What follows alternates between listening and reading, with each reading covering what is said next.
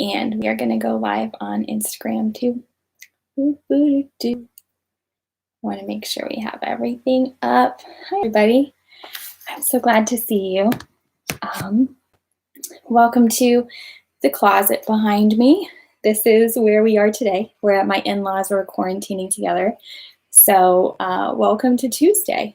We are going to be talking about a lot of things. I've got the podcast going as well. So anything that I say here, you'll also see on the Soul Family podcast that you can find now on Spotify and iTunes. I'm pumped about it.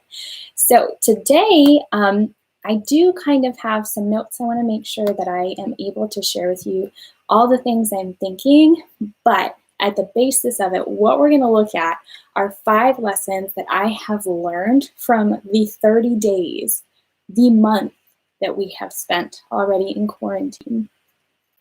And it's actually going to continue for probably much longer, as we know for a fact that my husband's job probably won't be going back until June, which is crazy. So I wanted to do a quick recording and live video to share with you guys the 5 lessons that I learned already during our first month of quarantine, first 30 days.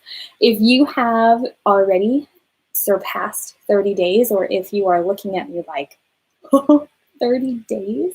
That's wild. Welcome to what life looks like in 30 days, and you're not alone. And we're over here. I don't think I've done my hair in about 30 days.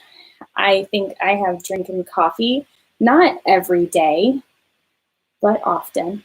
I've switched between coffee and tea. In the last 30 days, I've worn kind of the same thing every day, generally relaxed clothing at home, so that I can get down on the ground and go through tunnels with my son, my 19-month-old now. So welcome to it, you guys. Welcome to the Soul Family. This is our podcast and live show that I come on, Sanika, your host, every week in order to really help you all keep your eye on Christ, point back towards the one who loves us most, and keep our eyes on our spouse and continue to say forever, I choose you to that beloved. Now, today we're taking kind of a quick stop break, and we're focusing on thinking about how you are doing during this quarantine, because that truly impacts how you're going to be relating to your spouse and how you're showing up in your everyday as well. So the goal by the end of this is to realize and think through if there is any good that can come from your current quarantine situation. In this painful moment where we are sitting in an uprooted lifestyle from what you and I are used to, whatever it is your lifestyle was, it's different. And our goal is to really think through the question, in this pain, is there anything God can use for good? And so truly, each one of us has individually been going through this differently. And I want you to know that any type of thing that you've been going through is more than valid. But change comes with a challenge. Change comes with a challenge. And it's in this change that you and I are currently going through, this challenge that we're currently going through, that we are going to see change. And I want us to press into that and to press into the pain of that too. So I hope by the end of this episode, your eyes are open to a few things that I have learned, and open to the idea of continuing to learn in your own space and time with the Lord, the things that He wants you to see and change that'll impact your heart, your mindset, and the way you show up. So over the last 30 days, it's been about 5 weeks, okay? So there's each week for me in my life right now has had its own mindset challenge. And as I was sitting down and reflecting about this last week, I thought to myself, oh man, every single week has actually been categorized by like a different feeling or emotion that I had. So during the first week, I felt so anxious, so much anxiety. The second week was lonely. And I'll stop gap. So anxiety, that totally came from needing to manage and risk management within my own personal photography business. like so much risk management, so much anxiety over what was happening with finances, what was not happening, what was going to happen, what did the brides want to happen. There was no answers. There was only confusion and uncertainty. So much anxiety. The second week, I felt loneliness, just so much loneliness, realizing that we were at home. We weren't going anywhere. I felt stuck. I felt alone. I felt alone going through what I was going through, because we do all go through this individually as much as we go through this together, because we all have different sets of circumstances that we're walking through. So I felt really lonely. The third week, I felt so bored.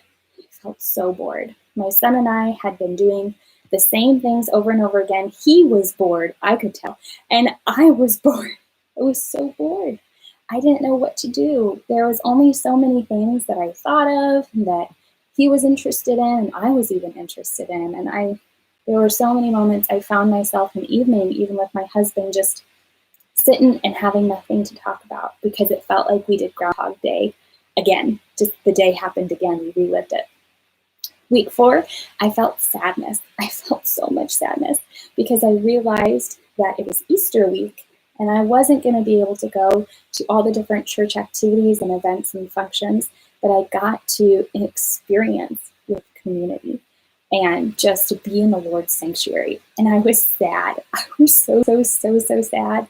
And it was Thursday, which would have been like Holy Thursday service, where people wash each other, the priest washed feet and everything, that I just broke down and I cried and I told my husband, I am so desperately missing church right now. I am so sad. I don't get to be there this Easter. Like, this is nothing. This has never happened before. Nothing has ever happened like this before. None of us get to go there this Easter. And week 5, I felt frustration. Frustration set in as I fully realized there was breakless days for being a mom and a wife and a business owner. It was just continually go, or responsibilities or serving others. And that's beautiful, but I'm also actually an introvert. I don't know if I've told you guys about this before, but being an introvert means that you actually generate energy from being alone and having quiet time. And for me, that looks a lot like journaling and processing and reflecting and thinking and being on my own. So because truly there were 3 rooms in my house, my home, my little apartment, my little family, before we came to our in-laws' house. And they were all taken, with a baby and a husband and things going on all of the time. So these were breakless days. And during week 5, I felt very frustrated by that, because there was no space for me to be alone and quiet as an introvert. So before I jump into those 5 weeks, I'm going to make sure everything is still going fine here. Like I said, this background is the closet in the room that we're staying at my in-laws right now. We quarantined for hi Dad and Mom, my mom and dad are on. We quarantined for over 14 days and then came up here as they also quarantined. So we're currently quarantined together. And this is the space I've got. This is the space I've got right now. And so welcome back over here. Hi Facebook, hi Instagram, and I know we've got YouTube as well. I want to make sure I'm kind of tracking where you guys are. Oh my gosh, behind the scenes over here, if you never knew, there's a lot of things going on. So I'm just happy to be here with you guys. Okay, so now you know what in the world my 5 weeks have looked like. And like I said, your story and my story are different, and that is good, because every single individual, truly, as much as this is happening together for us, everyone is experiencing it differently, because there are so many situation changes. You might have been laid off. I might have a 19-month-old at home. You might have 4 kids at home. You might be alone right now. You might not be with your spouse. There are so many differences. And so through my 5 weeks, I kind of challenge you to think about your time in quarantine. What feelings have you felt? How has your perspective been during those weeks or days? I don't know what your quarantine has looked like, or even if you've had to continue to go to work. And those weeks, though, are all looking different. So your time, I want you to think through, what has your perspective been? What have you been feeling? Okay, so now that we're thinking through this, I'm going to be sharing with you the 5 different things that I've learned from having those feelings. So the first one, I felt anxious. Remember that first week, very, very, very anxious because I was managing crisis. But my perspective, I found, of managing crisis was off. So now I know that it's leaning on the Lord. That's the key to having wisdom for what words to say to brides, to team members, to loved ones who are also needing a leader during this time of crisis. My anxiety, through that week, I learned that I can truly cast it onto him because he cares for me. And I finally continued to, at night, found my little bit of alone time for at least 20 minutes, literally just sit in his presence and know that he cared for me. And I'll tell you, I wasn't praying spontaneous prayers. I had no idea what to pray.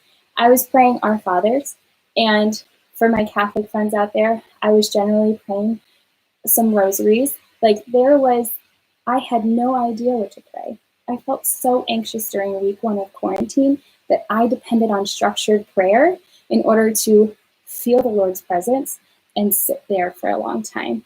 I needed Keys of Peace by Francesca LaRosa to just continue to wash over me and remind me of the Lord's love, just to sit in there. So, number 1, I felt anxious, and now I know that I can lean on the Lord and cast that anxiety on him because he cares for us. That is a verse in the Bible. My mom would know where it is. She's on here, so Mom, if you do, please remind me. Going live here, I don't have my Bible next to me, but that is a verse in the Bible. Week number 2, I felt lonely. My perspective of community was off. Now what I know is that I feel the most connection, deepest connections to those that I am closest to that I have been Skyping. I have not Skyped and FaceTimed and messaged my family members and my extended family more than I have during this quarantine. And it's those connections that have actually helped me feel a stronger, deeper love throughout the day that I had been desiring for a long time, but really never got. It's beautiful. That's week 2, what I learned when I felt lonely. Now I know. Now I know Skyping faraway family members and deep, close friends means so much. Okay, week number 3, I felt so bored, remember? And here's the thing, friends, my perspective of boredom was off. I now know that boredom breeds creativity. I ended up getting in the kitchen daily, began to create things for fun and out of need. Oh, here, sorry. My mom says it's 1 Peter 5:7. Cast your anxiety on the Lord because he cares for you. There you go. So write that one down and pray it over and over if you are feeling anxious. If you are feeling lonely, Skype your family and friends. If you are feeling bored, let creativity blossom. It was in the kitchen that happened for me. And even now I'm starting to create gluten-free and dairy-free and mostly sugar-free options so that I can have food that blesses my body. I don't know how you experience sugar, and I haven't talked too much about this, but for the first 30 days of quarantine, you guys, just let go of all dietary preferences in order to truly just use what was in the pantry and use what was in my house. And by the time we got up here to my in-laws, my body started to say to me, like, I can't do that anymore. I can't do it anymore. It's not working for me. Sugar, for me, starts to numb my brain, give me a pretty bad headache. I don't know if you're like that too. And so each time I would eat sugar, my brain would kind of shut down and numb out. And during the first 30 days, I actually did use that as a stress reliever. And when I had a bit of relief of a bit more community, I realized, you know what, this hurts. This really hurts right now. And I can't handle that anymore. So we're working on doing more sugar-free. Dairy-free and gluten-free as well, because gluten makes me feel super bloated and dairy gives me really bad acne. So we're working through that, and my boredom has bred creativity in the kitchen in a way that I have desired for years, but I never had the time to because I never made the time to. Week number 4, remember, I felt sad. I felt so sad because Easter week, I love going to church, and I was not able to. Here's the thing I found. My perspective of church was off. I know that now, while churches are closed, I have been given the opportunity to learn how to bring the church's teachings to life at home, how to bring the gospel to life at home, and really make it known to my baby boy, my husband, and myself as I speak it out at home in a way that I never had before. And it's beautiful. It's beautiful and it's deep. And truly, the different homilies, which are sermons, that my husband and I have listened to with our little one running around at our feet have been so fruitful because we are fully focused, because we are in a child-proofed area. So we have learned now that there are ways that we can be fed that we can't be fed at an actual church because we've got a distraction, a beautiful distraction, but one at that we have to sometimes leave in order to change a diaper or really make sure he's not running in the aisles or really distracting everybody else. So my perspective of church was off. And here you go, week 5, because truly now, this was up until last week, I felt frustrated about breakless days. My perspective of those breakless days was off.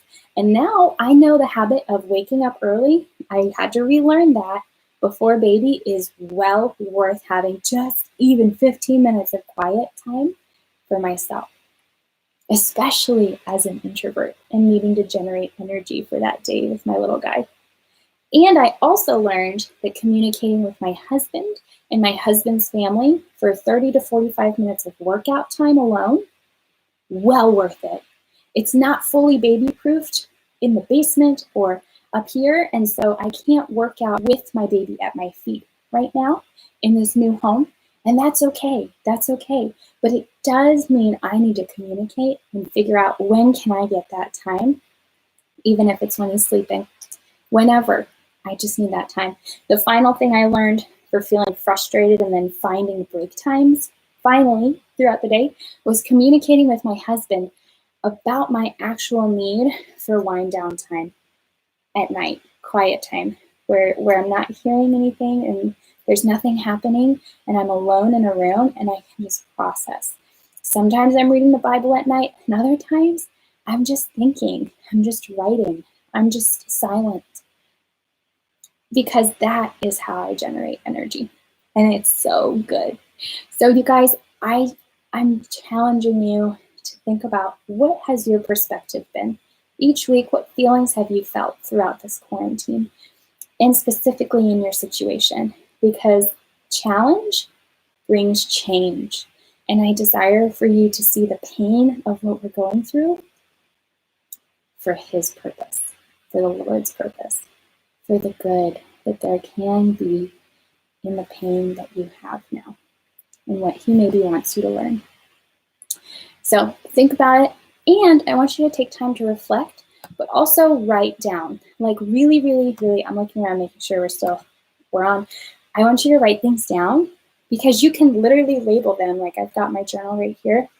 It's like written down COVID-19 notes, day 30 of quarantine. That's historic. Write it down because it's gonna be historic. The lessons you learn are things that you can carry and then teach others throughout your life. This is a historic time. Make a note. Like my dad truly has written books about my family's history. It's because it's historic and it actually matters. And people are gonna wonder one day, oh, you went through a pandemic. What was that like? Well, let me tell you, Janice, Jessica, James, little buddy, I know what it was like. I remember because I wrote it down. Also, on the note of writing things down, my husband and I just yesterday, we cut our son's hair. We've done this a lot of times. We use a buzzer. He's 19 months old, so he sits and relaxes, and it's a special time. He watches one little episode of Peppa Pig while Dad cuts his hair. It keeps him still. It's really good. But I finally remembered to take a couple locks of hair and put them in a baggie because it's so soft, and I want to remember that feeling forever, decades from now. And I labeled that COVID-19, day 41 or 39, I think, of quarantine. 4/11/2020. I forget what the day is, honestly, guys. Like, my son got his haircut during COVID-19, and I saved that because that was his haircut, that the final time I remembered to save the little bits of hair. That's historic. That is historic. After you take time to reflect, write down on your challenges and what you've been learning for the last days of your quarantine. Share them with your spouse, because that is going to help you both process together and communicate more clearly with one another, as well as give each other grace.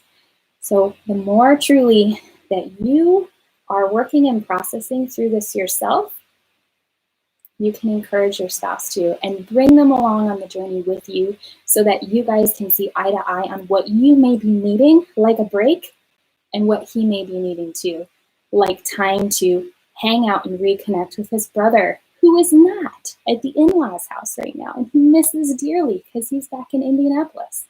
It's important, my friends. And you've got this. That's all I have. So excited for you. Hope this brings just thoughtfulness to your day and intentionality to this painful time of quarantine and change and challenge. I pray it brings change. Even more, God's got you. So get out there and hug the person that you chose to be forever with and thank the Lord for them. Have a good day.